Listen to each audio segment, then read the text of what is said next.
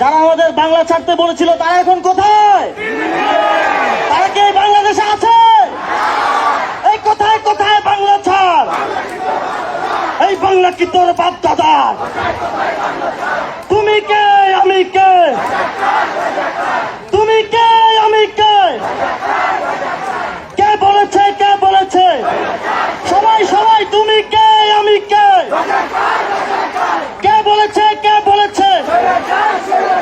কোথায় কোথায় বাংলা ছাড়? বাংলা কি তোর বাপ দাদার? লাখো শহীদের রক্তে কেনা